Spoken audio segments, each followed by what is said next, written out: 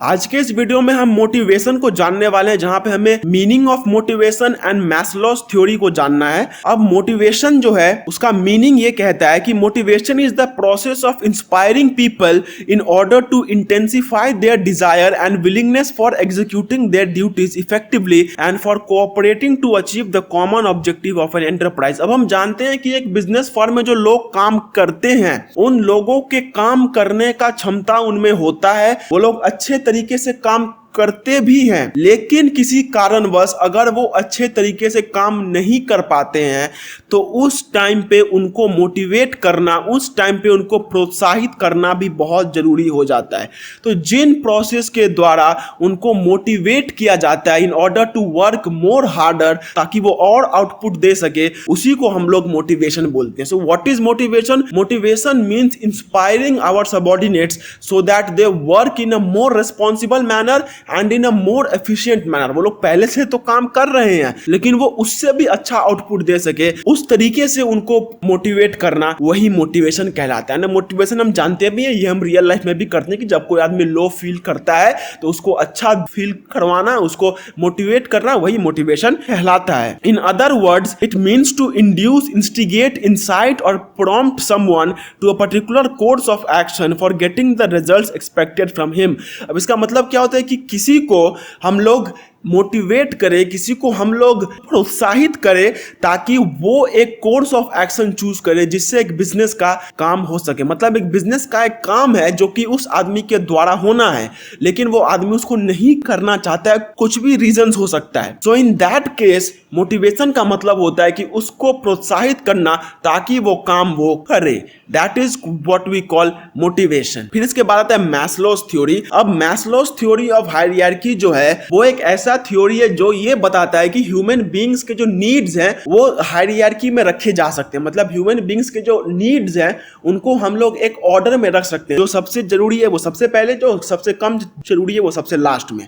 So Maslow's hierarchy of needs is a theory of motivation which states that 5 categories of human needs dictate an individual's behaviour. Those needs are physiological needs, safety needs, love and belonging needs, esteem needs and self actualisation needs. अब Maslow का जो theory है वो ये कहता है कि 5 तरीके के नीड्स होते हैं जो कि हर किसी ह्यूमन बीइंग को चाहिए होते हैं। पहला होता है फिजियोलॉजिकल नीड्स, मतलब जो उसके अटमोस्ट सर्वाइवल के लिए उसे चाहिए। फिर होता है सेफ्टी नीड्स, जो उसके सुरक्षा के लिए उसको चाहिए। फिर होता है लव एंड बिलोंगिंग नीड्स। हम जानते हैं कि man is a social animal, तो उसको सोसाइटी में रहना पड़ता है, तो सोसाइटी में रह के सोसाइटी से जो उसको चाहिए लव एंड सपोर्ट, वो लव एंड बिलोंगिंग नीड्स कहलाता है। फिर होता है एस्टीम नीड्स, जो कि उसका औकात दिखाने वाला होता है। और उसके बाद सेल्फ एक्चुअलाइजेशन नीड्स लास्ट में आता है। So Maslow's theory presents his hierarchy of needs in a pyramid shape with basic needs at the bottom of the pyramid and more higher level intangible needs at the top. A person can only move onto addressing the higher level needs when their basic needs are adequately fulfilled। अब Maslow का जो theory है वो human needs के hierarchy को एक pyramid के shape में दिखाता है, जिसमें जो बेसिक नीड्स हैं वो सबसे नीचे में। बेसिक नीड्स सबसे नीचे में होने का मतलब क्या है कि ये नीड्स हमें सबसे पहले फुलफिल करना होगा, इसके बाद ही हम ऊपर का नीड फुलफिल कर सकते हैं। तो उसमें जो नीचे का नीड रहता है, उसमें जो नीचे का पॉइंट रहता है, उसको पहले फुलफिल करना होगा, उसके बाद हम लोग अपना ऊपर का फुलफिल कर सकते हैं। सो मैस्लो का थ्योरी एक बेसिकली पिरामिड शेप का होता है, जो कि आप अभी डायग्राम में देख सकते हैं। इसमें जो सबसे लोएस्ट पॉइंट पे जो नीड है वो सबसे अटमोस्ट नीड है, जो कि चाहिए ही चाहिए। फिर उसके बाद धीरे धीरे करके आते हैं और भी नीड्स जो कि उतने तो इंपॉर्टेंट नहीं है, लेकिन अगर हमारा मेन नीड फुलफिल हो गया है तो हम उन्हें भी फुलफिल कर सकते हैं। तो सबसे पहले आता है physiological needs. The first of the driven lower needs on Maslow's theory hierarchy are physiological needs.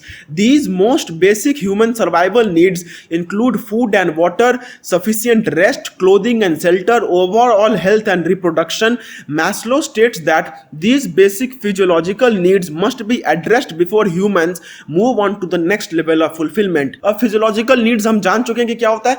जो needs हमारे utmost सर्वाइवल के लिए हमें चाहिए, जैसे खाना, पानी, घर, ये सब फिजियोलॉजिकल नीड्स में आते हैं। तो जो नीड्स हमारे अटमोस्ट सर्वाइवल के लिए बहुत जरूरी हैं उनको हम फिजियोलॉजिकल नीड्स बोलते हैं। फिर इसके बाद होता है safety needs. Next among the lower level needs is safety. Safety needs include protection from violence and theft, emotional stability and well being, health security and financial security. अब एक ह्यूमन बीइंग का फिजियोलॉजिकल नीड्स पूरा हो गया जो उसको चाहिए ही चाहिए। फिर उसके बाद आता है उसका सिक्योर रहना।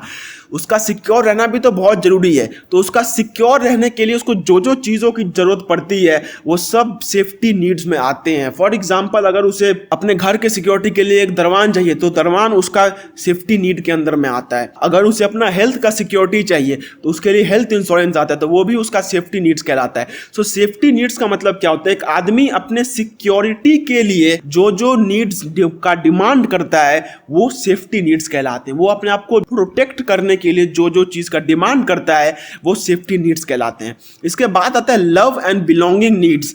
The social needs on the third level of Maslow's hierarchy relate to human interaction. अब इसके बाद हम जानते हैं कि ह्यूमन बींग्स जो हैं वो सोशल एनिमल हैं, उनको सोसाइटी में इंटरैक्ट करके रहना पड़ता है, तभी वो लोग सर्वाइव कर सकते हैं अच्छे से।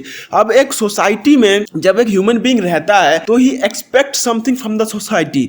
वो सोसाइटी से कुछ एक्सपेक्ट करता है। तो जो जो नीड्स वो सोसाइटी से एक्सपेक्ट करता है कि ये सोसाइटी मुझे प्यार देगी, ये सोसाइटी मुझे अपनाएगी, वो needs love and belonging needs कहलाते हैं। Those needs are called love and belonging needs. मतलब एक प्यार जब किसी आदमी को चाहिए होता है वो भी एक नीड कहलाता है, एंड उसी को हम लोग लव एंड बिलोंगिंग नीड्स बोलते हैं। So the social needs on the third level of Maslow's hierarchy relate to human interaction and are last of the so called lower needs. Among these needs are friendships and family bonds both with biological family and chosen family, physical and emotional intimacy ranging from sexual relationships to intimate emotional bonds are important to achieving a feeling of elevated kinship. Additionally, membership in social groups contributes to meeting this need, from belonging to a team of co-workers to forging an identity in a union, club or group of hobbyists. तो love और belonging needs हम लोग जानते हैं कि जो हमारे अपने लोग हैं, दोस्त हैं, फैमिली मेंबर्स हैं, रिश्तेदार हैं, उन सब से जो हमें लव एंड प्यार चाहिए होता है वो लव एंड बिलोंगिंग नीड्स के अंदर में आता है। कि वो हमें अपनाएं, वो हमें प्यार दें, ये सब लव एंड बिलोंगिंग नीड्स के अंदर में आता है। फिर इसके बाद आता है esteem needs. The higher needs beginning with esteem are ego driven needs. The primary elements of esteem are self respect, the belief that you are valuable and deserving of dignity, and self esteem, confidence in your potential for personal growth and accomplishments. Maslow specifically notes that self-esteem can be broken into two types: esteem which is based on respect and acknowledgement from others, and esteem which is based on own self-assessment. Self-confidence and independence stem from this latter type of self-esteem. तो उसके बाद होता है esteem needs, मतलब हमारी भी समाज में कोई इज्जत हो, हमारा भी कोई महत्व हो, यही esteem needs कहलाता है। क्योंकि एक ह्यूमन बीइंग एक सोसाइटी में रहता है तो वो जैसे सोसाइटी से कुछ मांगता है कि सोसाइटी उसको लव एंड बिलोंगिंग नीड्स दे, ठीक उसी तरीके से वो भी चाहता है कि सोसाइटी उसको एस्टीम दे, सोसाइटी उसको इज्जत दे। तो ये जो इज्जत जो कि उसे चाहिए लोगों से, ये एस्टीम नीड्स के अंदर में आता है। अब हालांकि ये इंपॉर्टेंट उतना नहीं है, अगर किसी को सोसाइटी इज्जत नहीं देती है तो उसे वो मर नहीं जाएगा, लेकिन फिर भी ये एक नीड्स में आता है जिसको हम लोग बोलते हैं एस्टीम नीड्स।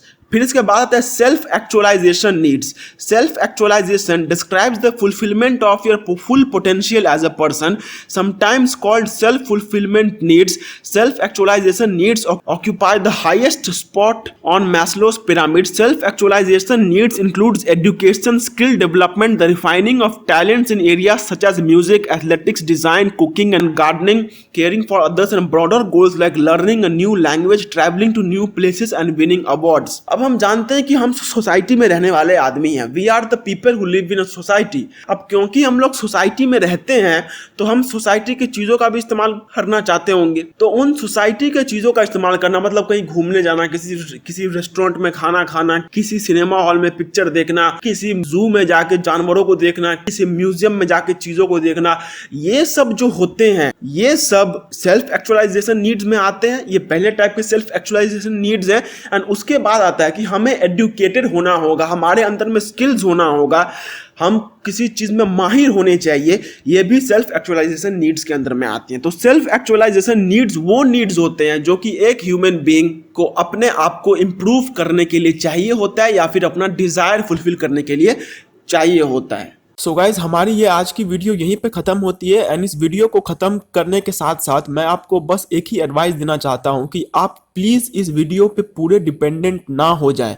मैं आपसे रिक्वेस्ट करूँगा कि आप जिस भी बुक को फॉलो करते हैं, आप एक बार उस बुक को जाके पढ़िए, एकदम से इस वीडियो पे डिपेंडेंट मत हो जाइए। एंड अगर ये वीडियो को आप एग्जाम के समय में देख रहे हैं, then I request you not to take this video as the only source जिससे कि आप एग्जाम में अच्छे मार्क्स स्कोर कर पाएं। आप प्लीज जाके अपने कोई भी टेक्स्ट बुक हो उसे अच्छे से पढ़िए। तो गाइस, आशा करता हूं कि ये वीडियो आपके लिए हेल्पफुल रही होगी, और अगर ये वीडियो आपके लिए थोड़ी सी भी हेल्पफुल रही होगी तो प्लीज इस वीडियो को एक बार लाइक जरूर कर दीजिए। और अगर आप ऐसे वीडियोस और भी फ्यूचर में देखना चाहते हैं तो चैनल को सब्सक्राइब करके बेल आइकन को जरूर प्रेस कर लीजिए।